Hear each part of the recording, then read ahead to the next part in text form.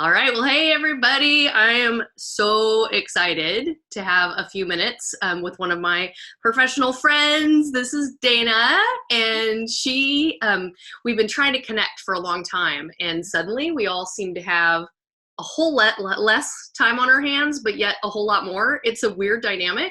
And so we know each other because we went to school, the same nutrition school in Denver. And so I'm super excited. And I just want to turn this over to her because she has a whole different perspective on, recently there was this just insurgence of all things self-care, and it's not selfish, and it's all these things. And then now we come into this time, which is totally a crisis-driven time, and we're fighting that. Like, how do I self-care? And I'm trying to do all the things. And so Dana and I were talking, and we just wanted to take a second to talk about, like, really what.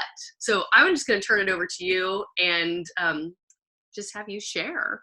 Yeah, thank you so much. We have been trying to make this work for a while, but there's always something going on. So this is a way for us to kind of slow down and refocus on what matters. So I'm really excited that we're doing this. So I'm Dana Winters. I have a practice here in Illinois where I do muscle testing. So I do nutrition response testing. And then I also have this whole other world that I call Thrivekin. And it's mainly virtual coaching, but it's more of a lifestyle coaching because throughout the years I've learned with working with so many patients that food is not just food, right? I started in that world of let's just focus on food. I'm going to educate on food. But a lot of our conversations had to do with stress management and the fact that they weren't sleeping well. And by them, I mean mainly families. 90% of my patients are women. And I would say about 80% of those women are mothers. So I myself am a mother. I have two little boys full of energy.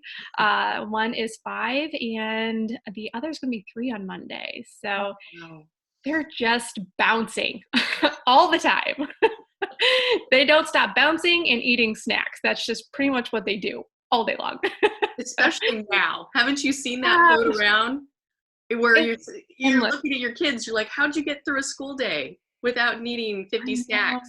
I know. I finally just put my foot down. I said, we're going to have snack time, designated snack time, just like you do at school. Dana, mine just turned 15 and 16. And so there's like this hollow leg syndrome that we never really studied in school. Oh, gosh, and it's coupled with high emotion, and everything is high emotion already. And so you're looking at them going, what are you eating? And they're like carbivore city right now because they're under stress. They don't know what's going on with school. And so I wish that I had a smaller like child without so much, free will. So just because. Oh, yeah. It's like little adults and everybody's looking at each other. No, see, we've put their snacks up really high. So he can't even physically get to them. But then it's like, mom, snack, all day long. Mom. I know my husband now has to work from home. And so it's a lot of ping pong. Mom, gosh, dad, mom, dad. And it's like, listen. So anyway, I digress. Yeah. So, with working with families, my main mission is to teach primarily women and kind of teach them how to learn how to enhance their health and not their stress levels. So I'm really focused on taking that perfection out of being healthy because I used to be an all or nothing person, and that got me into a lot of trouble and in a lot of guilt and trying to do everything the right way because I had all this knowledge and I knew I had to put it into practice, right? But it was too much. It was fine when it was just my husband and I, but as we had one child and then another child, it's just been too hard to fit perfection in all of that. So really help women to kind of pull that out of the equation and just work on progress. So that's what Thrivekin is. And today I just really wanted to talk about how to add in this self-care during this chaos.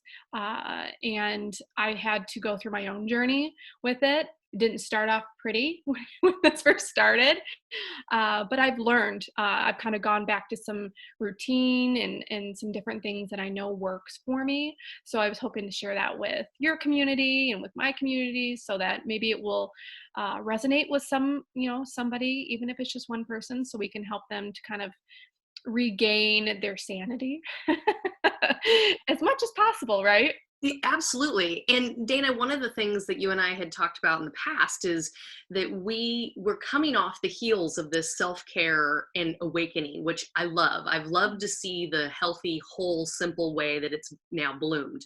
Um, on the flip side of that, I think because we're now changing that thought process, we come into this situation and it's very easy to go back into old pathways mentally, Mm-hmm. and how, like you're saying, to know where to put the emphasis, where to let it go. And as we've I know you're going to address that, but as we've talked about that, one of the other things that just comes to mind is this idea that you have to do self-care a certain way.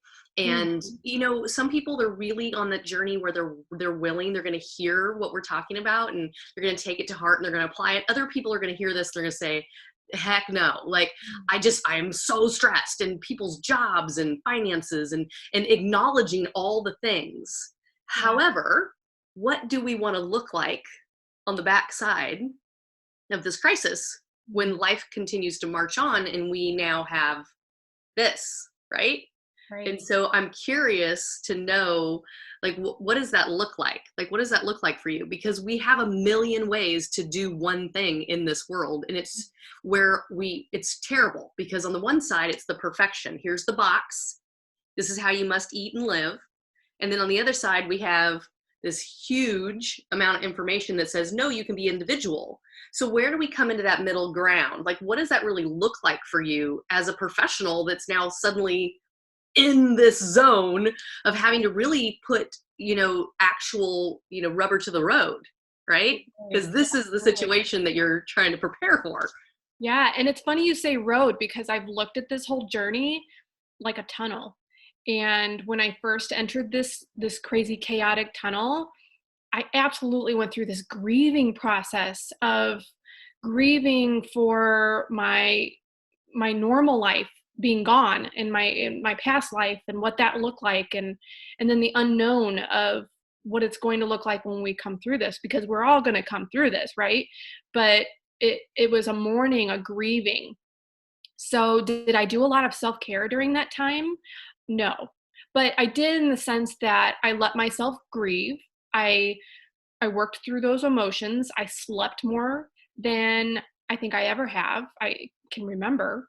And I'm thankful for my husband for kind of stepping in the mornings and allowing me to do that, because I knew that's what my body needed.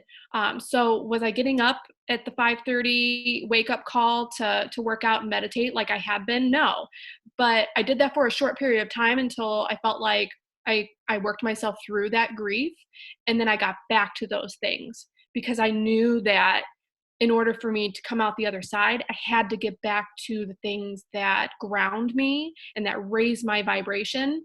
Um, and I had to do it quickly, because I have a past of really allowing myself to kind of live in that grief too long. So yeah, so that's kind of how I'm looking through at this, is like I'm in a tunnel and I'm right there in the middle with everybody else. We're tipping over 3 weeks of being self quarantined now. So we're in the middle of it all, and I'm back doing all the things that uh, bring me happiness and ground me. And those are the things that I want to share, because I'm so passionate about figuring out and helping people to figure out what those look like for them. So do you want me just to jump in? Absolutely. Okay. Absolutely. All The, right. just, yes, there's some things that you're like making me think, because I'm always thinking, but yes, before I sidetrack us, jump in so we can learn. Absolutely. So with my patients, and even with my own health, I look at health kind of with like the pillars. And I feel like there's really 4 really important pillars that I focus on all the time with all of my patients. First one is sleep, good quality sleep. I'm not talking about sleeping 12 hours a day, but I'm talking about what can you get and making it the best quality. And then there's the stress management, which is also kind of how you find joy and happiness throughout the day. And then, of course, there's nutrition. I used to think nutrition was the be-all, end-all, but in as much as I would love for that to be the case, it's just kind of part of the equation, a very big part of the equation, but just part. So how you're fueling your body. And then there's exercise. How are you moving your body? And to really focus on doing activities throughout the day that hit all of those different pillars and to help to kind of reinforce the foundation of those pillars. So I'm super protective of 2 parts of my day, and that is how I start my day, and that is how I end my day. Very protective of those because I feel like if I do activities that really help to solidify and to ground myself, then it really helps the entire middle part of my day, right? Because the middle part of my day is really not my own at this point, and it really isn't ever. But with 2 little ones, they kind of dictate the schedule and when we're eating, what we're eating, and then we work through all kinds of different challenges throughout the day with a 5 and an almost 3-year-old. So if I can get those parts of my day to myself and do things that really bring me happiness and ground me, then the middle part of my day just goes so much more smoothly. So my morning routine is that I get up at 5:30 in the morning, sometimes earlier if I have to. It's my quiet time. It's still dark outside. I meditate, I journal, I exercise, and then I get ready. So I shower. But while I'm getting ready, I listen to a positive podcast or an Audible book on something that's really going to just lift and reinforce the message and the vibration that I'm going for the day. So that when I come out of that and I meet my family in the morning, I'm refreshed, I'm renewed, I have that positive outlook. Sometimes chaos will be the first 5 minutes within that meeting, but you know what? I meet them with such just more grounding and more understanding and patience than if they were to wake me up out of bed, which some mornings that happens. But so in the middle part of my day, that's when I focus on nutrition. And at this point in my life, I am keeping it really simple. I am not making the 4-course meals. I am not even making complicated meals. I am keeping it super simple. So I am relying on smoothies, probably more than I ever have. Green smoothies and protein smoothies. That's how I fit in a ton of nutrients, especially for my kiddos, and a lot of fiber, so that we make sure that we're eliminating with all these toxins and this stress. Elimination is super important right now, and drinking lots and lots of water so we can flush all of this out. So with nutrition, keeping it simple, I also really rely on things that you can build and customize, like quinoa bowls or stir fries or casseroles or tacos or sweet potatoes, things that you can just kind of build on so that if you have people with picky or different food preferences, that you don't feel like you're cooking 4 different meals for all of them, because that's just not happening right now. And I don't know that I ever really do that because we're always busy. This is just a different type of busy. I'm cheering for the people. I'm cheering for the people that are taking like online classes to learn how to be a gourmet cook. I'm cheering for them because that's their jam, right? But that is not happening in my house. No, mine either. And I had a moment in the beginning of this. I was like, oh, this is a great opportunity. And I watch people, right? And they're like cleaning closets. They're getting puppies. It's like the baby boom of small animals, right? Yeah. I have a dog based on the last homeschooling experience. And I'm telling y'all, Don't do it. Yay. But no, I started just like you're saying. I was like, I'm going to do all the things. And now I'm like, let's not let this be one more thing that we look back and feel guilty that we wasted time, right? Oh, Because what I'm amen. hearing you say is selecting that one little thing that you can hone in on so that you can, in a non-perfectionist way, just do that, Yeah. right? Because if all the things have to always happen, then it's just one more thing to be irritated about later. Oh Really? gosh. Yeah. And I I think that's started why, like that though. well, I did too. And I think that's why the week was so hard, the very first week, and why I went through that grieving process, because I was in my mind that I have this perfectionist characteristic. And in my mind, I'm like, oh, well, I have to homeschool. And so they have to learn all of the things. And I have to make sure that they're super healthy and that, Yes. just putting all of that on my shoulders. And, but it was overwhelming. And I'm going to walk away being able to meditate in the most stellar way ever.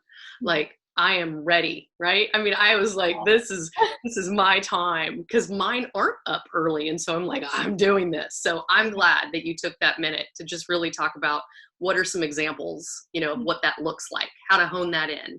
So, and I love that word protect. So, okay, just keep going. Just get Yeah. all that brilliance out there.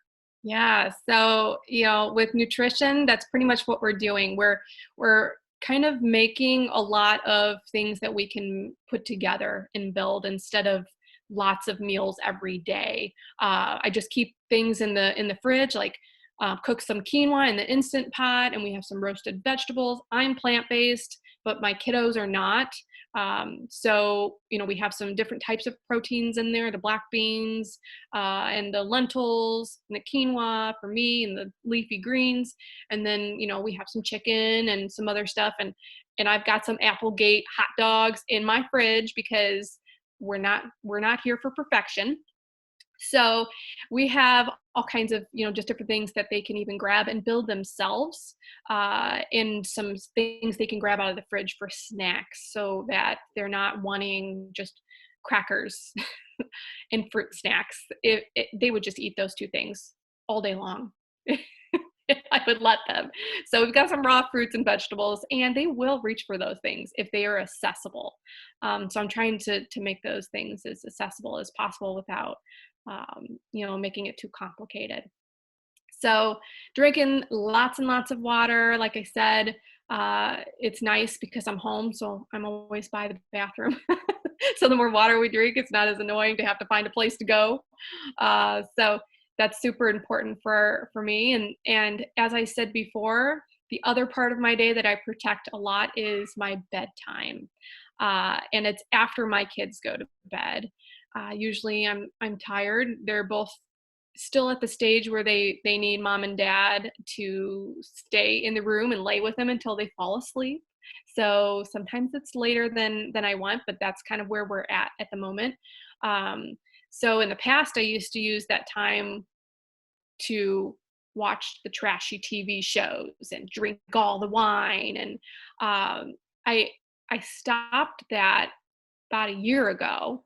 And after I did that, I noticed that I was sleeping better, and then I would wake up so much more refreshed, now that I'm really protective over that bedtime. So I use that time to connect with my husband, have those conversations that are really difficult to have with two little ones around, right? And then I read. I just read whatever it is that I want. Sometimes it's self-help. Sometimes it's completely, a silly just book or story, but whatever it is that I want to read, I read a little bit, and then I go to bed. And I go to bed at usually before 9:30, because I just need that time. Super protective of my sleep because I don't always know when I'm going to be interrupted in the middle of the night. So I know I have to get to bed early. So that's what I've been doing to keep myself highest vibration as I can and grounded and sane. I'm not going to say that my days don't fall apart some days and I don't fall apart some days, because I absolutely do. This stuff is heavy, and I don't want to discount that, but I do want to give people some hope that they can build this time into their day so that it's less stressful and feels less chaotic inside. so that we can really come out of this tunnel, honestly, better and stronger than when we entered it. It's totally possible. And that's really what I'm aiming for and what I hope everybody does aim for. It worries me a little bit when I hear about this quarantine 15. Have you heard about this? No, I know. Okay. I heard that it was the 19 was actually stood for how much weight you were going to gain. Oh, yeah. Oh, Yep. And okay. that worries me because I know that you've heard the connection between this virus and gut health. Mhm, So I don't want us to come out of this tunnel more unhealthy than when we entered it. mhm. And but I also understand. I understand that food is relief and comfort for so many. So I get that. I get that part. Uh, but we just have to really, I think, focus on how we want to come out of this and how Mhm. we want our families to come out of this. And so I keep my eye on the prize.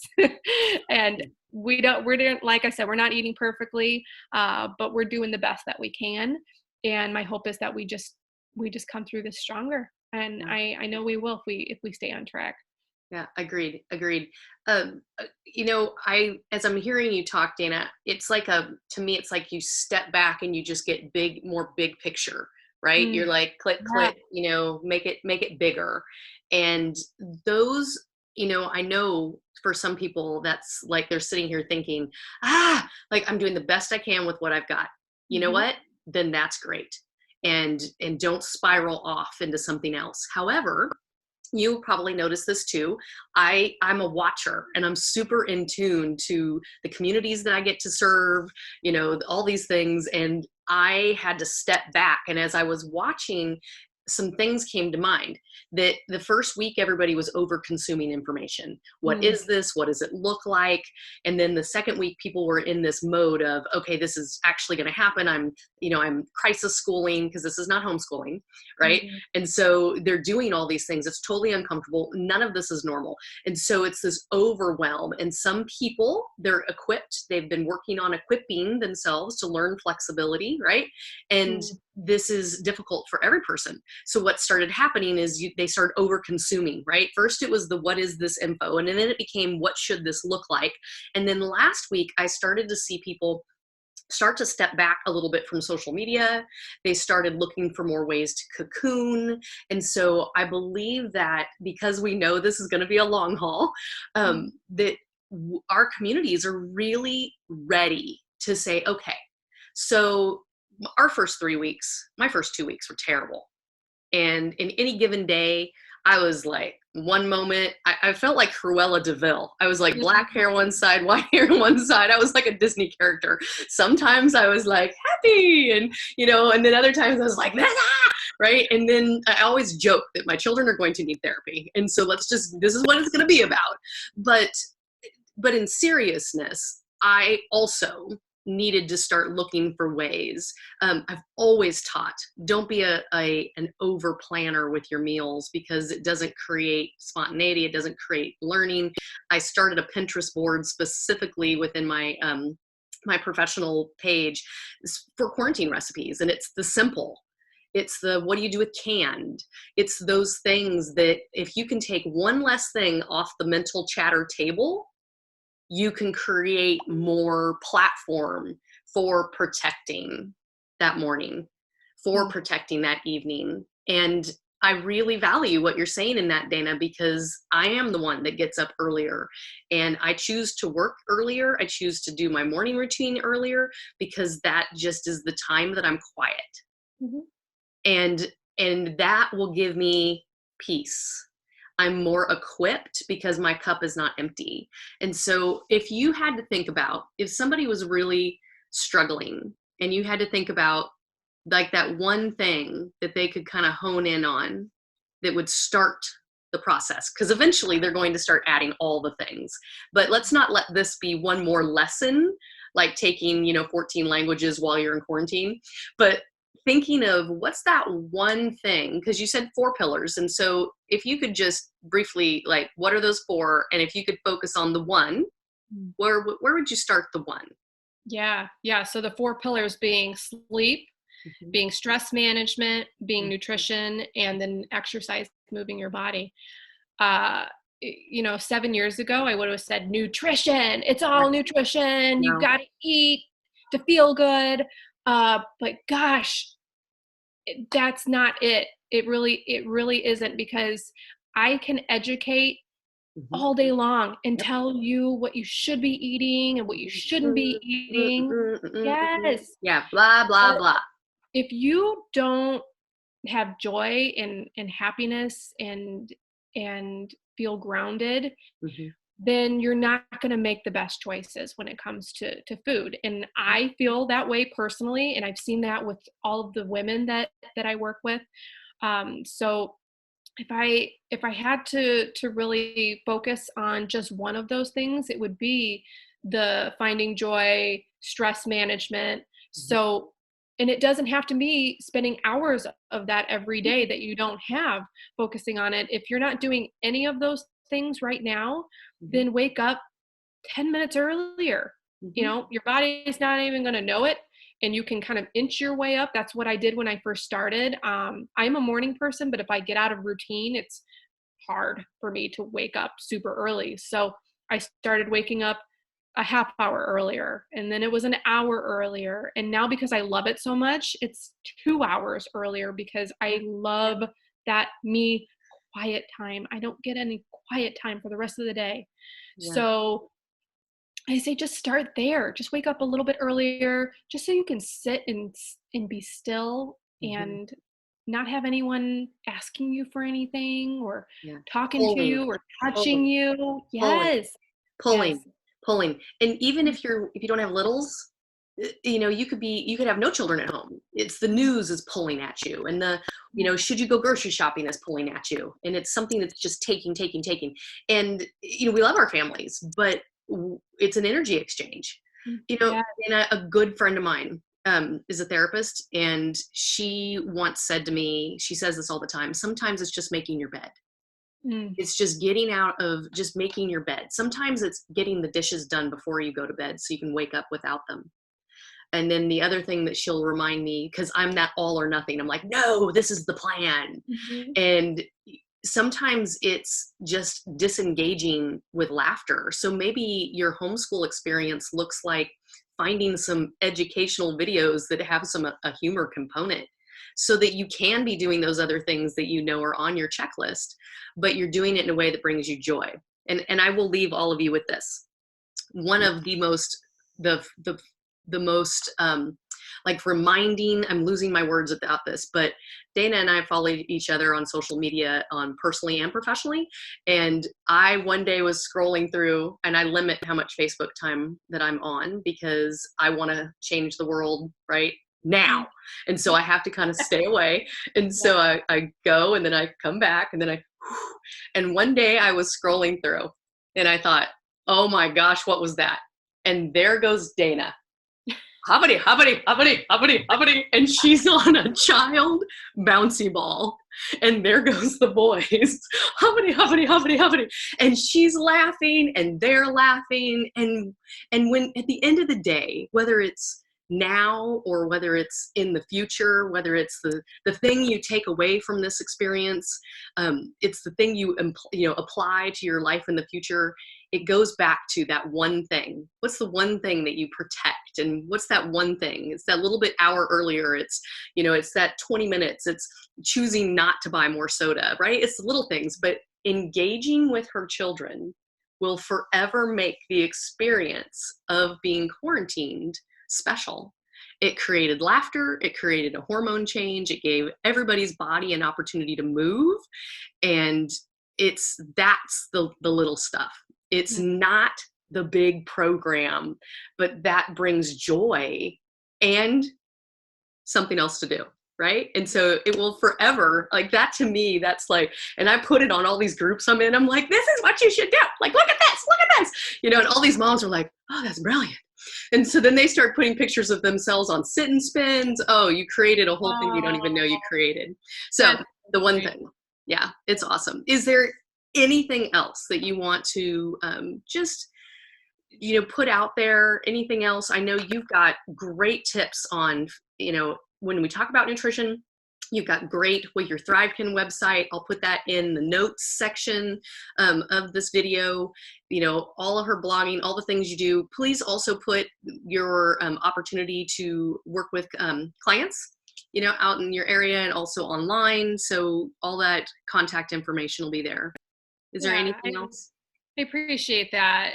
I'm in the midst of revamping my website. That was kind of a project that I'd wanted to do but couldn't find the time, and so now I've just built that into this time. So it's just a couple days away from launching. I went back and forth, and do I want to launch at this weird time? And I think, yeah, this is exactly the right time to do this, Yeah. because Yeah. it's a tribe that I'm creating, and I feel like a lot of women need this right now. So so be on the lookout for that. It's coming in a couple days. I have an existing website that's up right now, but there will be a new improved one up.